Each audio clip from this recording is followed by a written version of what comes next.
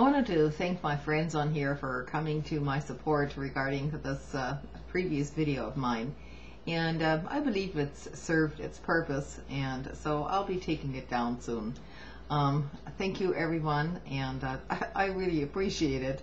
You know, I just think people like that should be called out. And anyway, this is not really what my channel is about. I talk about other issues on here, and so I've got several things to talk about today. Actually, I've got a lot of things to talk about. I had 3 days off and I was able to research quite a few things. So let me begin with the question, is democracy dead? Actually, that question comes from a person named Johnny Pez, and he wrote a little article or diary on a website, and it wasn't featured there, but I just happened to come across it, so I'd like to share it with you. Liberal bloggers, as varied as Marcos Militias, and you know, this is the founder of Daily Kos, and Taibbi, have pointed out that dumping the public option from the healthcare reform bill would be the worst thing the Democrats could do. It would demoralize the party's base and convince voters that the Democrats can't govern worth a damn, resulting in staggering losses in 2010, in the midterm elections, that is, and possibly even costing the Democrats control of Congress. And Democrats don't want that to happen, or do they?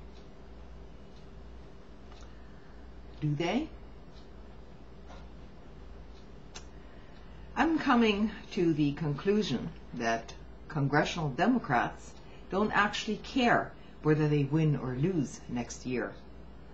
After all, any time a member of Congress gets voted out of office, it just means that they move from Capitol Hill to K Street to go work for some lobbying firm or other and make tons of money. Don't forget, Trent Lott actually resigned from the Senate so he could work as a lobbyist now. The one thing a corporate-friendly Democrat won't do is risk his future job prospects by passing a bill his prospective employers don't like.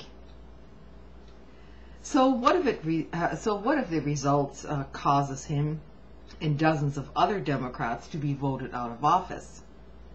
It just means it's time to jump on board the money train.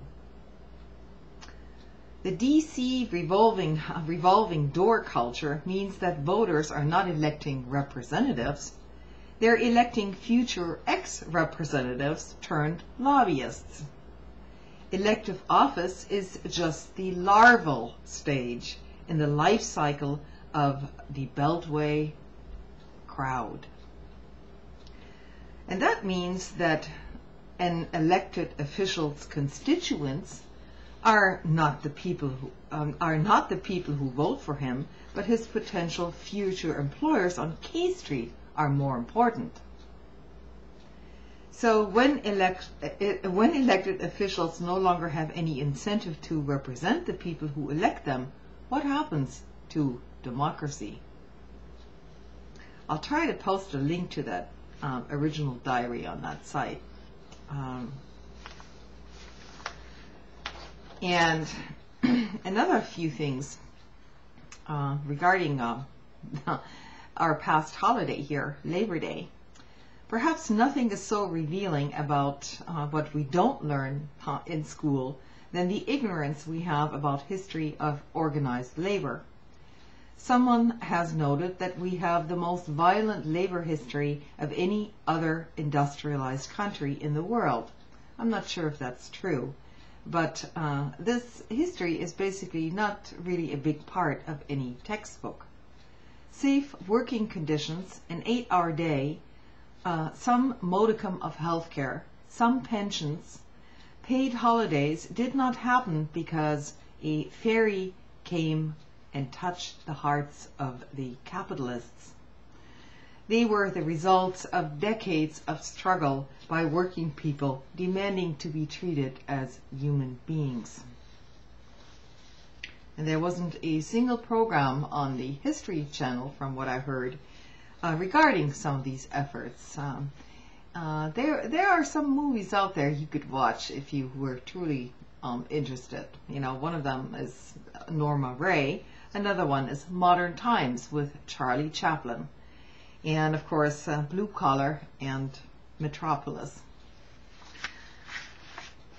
Moving on to Glenn Beck. Glenn Beck is a dangerous bully, and ignoring him does not work. My mom always used to tell me, ignore the bullies and they will go away. She was wrong.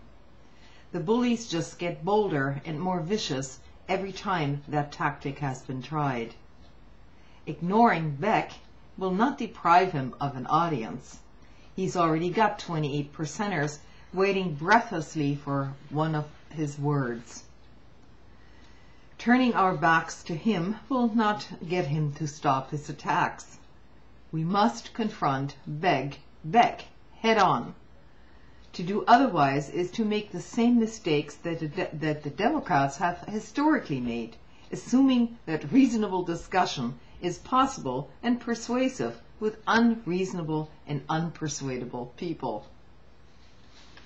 I'm reading from, several sources here, so unfortunately I can't find the original one for this one, but it's something to be thinking about.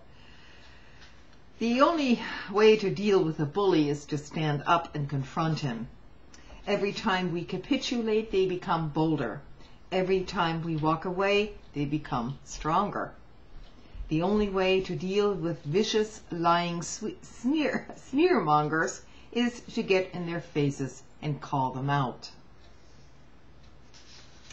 And last but not least, I would absolutely urge you to read an article which appeared over at Rolling Stone magazine by Matt Taibbi, and he's a political reporter over there.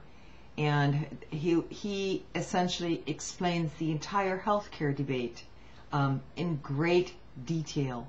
And it's actually a very honest essay, a great read, but it will take you 40 minutes to read it. I'm sorry. If you're interested, I think you should take the time. It basically sums everything up. And what's on the table now?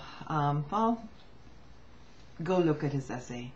I'll post a link to that as well. Thanks for listening. Good night.